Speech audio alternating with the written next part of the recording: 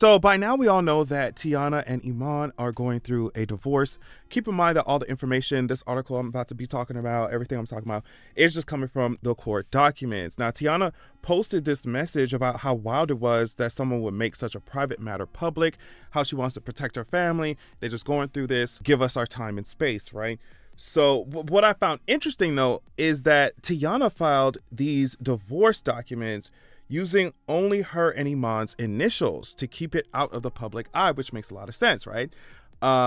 We wouldn't have known anything if Iman hadn't later asked the court to use their real names in the documentation. See, it says here, motion to substitute true legal names as real parties in interest. So her lawyer apparently said this: we were able to keep the divorce matter private as Ms. Taylor requested for 11 months in this case, prior to Iman's motion revealing the parties' legal names and making this private matter public. So yeah, for months she tried to keep it out of the public eye. She literally filed these documents with the initials, and Iman said, no, I'm just gonna uncover all of it.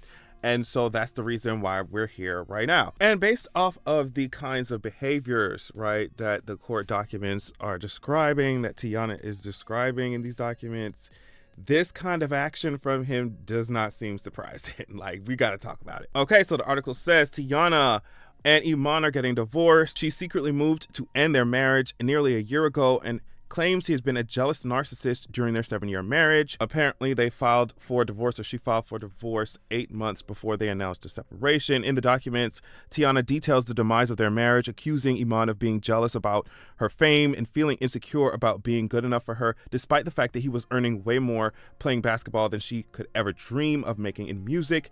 Teyana claims Iman would grow annoyed when they would attend public events together, and photographers would ask for him to step out of the frame. Now, this is wild to me, right? Because, like, y'all get these bad bitches, like, for real. Y'all get these bad bitches, right? And then, I mean, public-facing, public careers, badass bitches, beautiful businesswomen, like, about they shit, right? And then they get in front of the cameras, and when the cameras on, they ask, when you were behind the camera, it's fine, but now that you went by her side, it's like, you don't want her to bask in her light. Like, you're gonna have to move the fuck out the way. I can't imagine having a partner and seeing, like, oh my goodness, their career is skyrocketing. They're in the light. The cameras want a picture of just them. Like, I can't imagine seeing that and being like, oh my God, I'm so pissed. I'm so mad, girl. Like, you need to find some business about you. You know what I mean?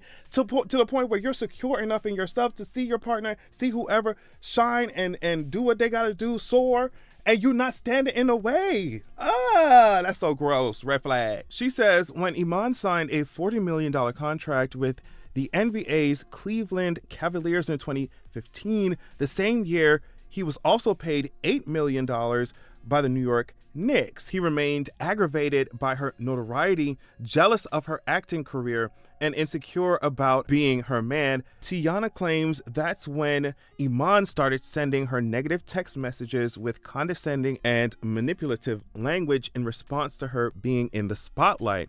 She claims he would pick fights with her for no reason, even on her birthday, and then apologize. In the documents which Teyana filed in Georgia, she says she now feels Iman was treating her cruelly and displaying extreme narcissistic behavior throughout the majority of their marriage. She says she began to intentionally dim her light for her husband to try to have a harmonious and peaceful marriage as Iman became more and more angry about her stardom. What's more, Teyana says she turned down recording opportunities and acting gigs because Iman did not want her to work, but she says when she stopped working after giving birth to one of their kids, Iman complained about her not making money. Well, yeah, that's what happens, babes, when you don't want somebody to work, honey. I don't know what to tell you, girl. Like, yeah, less money's gonna come in if you're not gonna let this person, or you want this person to stop going out there and engaging with their talent and building their fucking career. Like, girl, what do you think is gonna happen? What do you mean? Teyana says she fought to keep their family together despite Iman being extremely emotionally and mentally abusive towards her. She says she used her connections to get Iman gigs in Hollywood as his NBA career wound down, but says he unfortunately insisted on bickering to the point where in 2021 she began the divorce process. Wow, so I'm here getting your insecure ass some gigs. I'm trying to reach out to my people to get your annoying ass some gigs so you can get the fuck out my face, and even then you still won't shut the hell up. Like, I could even imagine, girl, like, oh my god, get this man out my face. She says they reconciled, but it was short-lived because Iman remained in an insecure state as his NBA career continued to wind down. In the documents, Teyana says in 2022, she found herself being manipulated and controlled by Iman and filed for divorce, only to ask her legal team to withdraw the filing one day later. Teyana says she finally pulled the trigger in January because she was unable to handle the emotional roller coaster. This next section talks about his DUI arrest and the time he crashed her Rolls Royce and fled the scene to avoid another one. She said even through all of that, she tried to stay with him through thick and thin, but he reacted with further cruel treatment after she secretly filed for divorce. She said Iman insisted on them getting back together only for him to keep doing the same kind of shit, involved in another cheating scandal, becoming lackadaisical, inconsistent. It was embarrassing and humiliating. She is asking for temporary and permanent primary physical custody plus joint legal custody and child support. Says that their marriage is irretrievably broken. And so you can imagine that when all of these documents dropped online, that people had a lot to say. And of course, we know the Nick Nogs are going to be in complete defense of Iman. But my thing is, okay, if the shit ran its course, if the marriage ran its course, right, and Teyana wants to file for divorce, so she filed for divorce, and it's happening outside of the public eye because Teyana filed the divorce papers under y'all initials, so it's not even like she's trying to drag your ass in the public eye or anything like that. She just wants out. She just wants to get the fuck out. Like, at the very basic level, why have your lawyers, why take your ass, Iman, and go to the fucking courts and say, hey, guess what? No, do away with the whole initials thing, put our real names in the documents so that it can be all out there, knowing that Teyana values the privacy and, you know what I mean, the safety of her family and shit like that. That's what I'm saying. Y'all be trying to convince us that these women just come out of nowhere with these allegations, when even the actions that he's doing right now prove, to me, it shows how the kinds of shit that she had to deal with in the past. That's what I'm saying. Like, it didn't have to be this way. It didn't have to be like this. They could have gone through this process. They could have gone through this entire thing without us even knowing about it. Teyana said he acting like a jealous ass narcissist, and I just don't think that these actions that Iman has taken proves her goddamn wrong. Like, it just does not, right? Like, these recent actions, it seems to me like if Teyana is this lying, you know what I mean, out for attention, out for clout ass bitch, like if she was that type of person, there could have been so many different kinds of methods that she could have taken to do this shit. But she did all this shit under the cover of night in secret, bitch, with y'all initials on that shit. Like, went out of her way to do that. So and then now this man come uprooting everything. So to me, I'm just like, I mean, even outside of the details of the divorce or details of what's going on, just that one action to me from Iman, it speaks volumes, right? To me, at least. But yeah, I don't know. Obviously, we gonna keep up with it now that the docs are out there, now that the documents are out there with their names on it. So it's gonna be in the news. But I would just say that if you have a partner or a friend or whoever, and they're side-eyeing you every time you know, get one of your accomplishments done, they're shading you, giving you slick remarks every time you talk about your future goals, you know.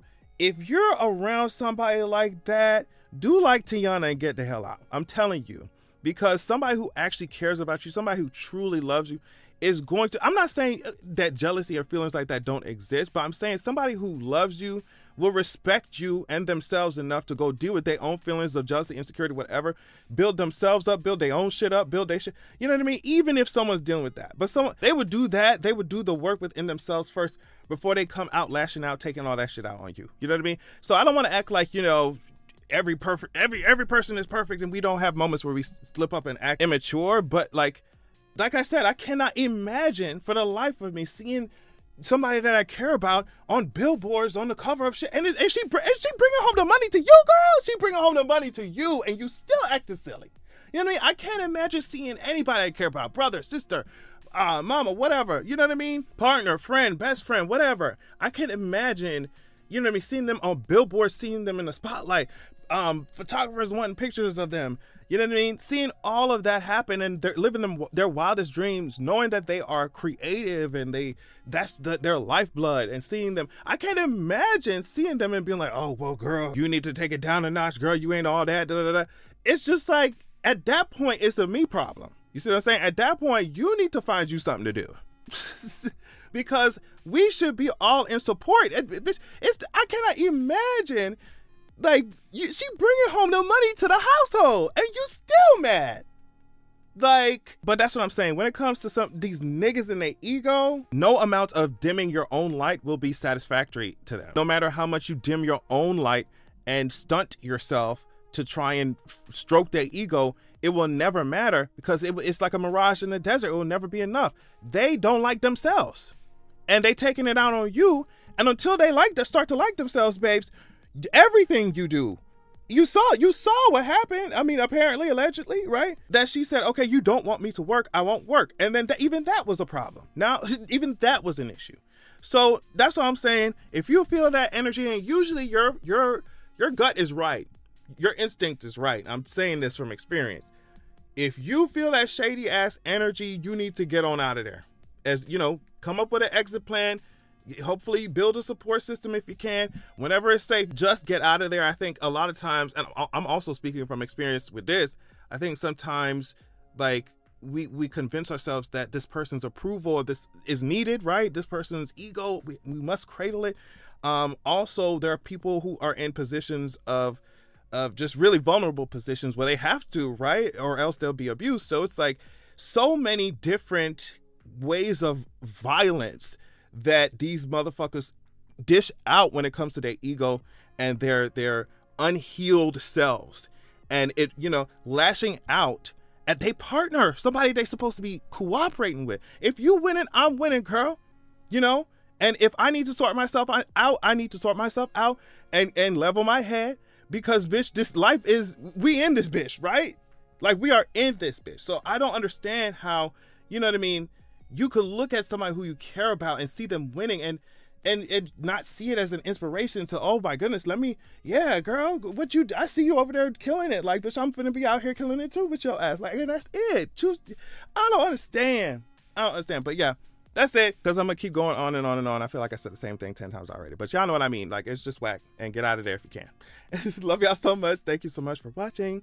And make sure that you have a good goddamn evening. All the real niggas, they walk with a switch. Shaking ass with a broken wrist. I'm pussy and Bitch, just like this. All the real niggas, they walk with a switch.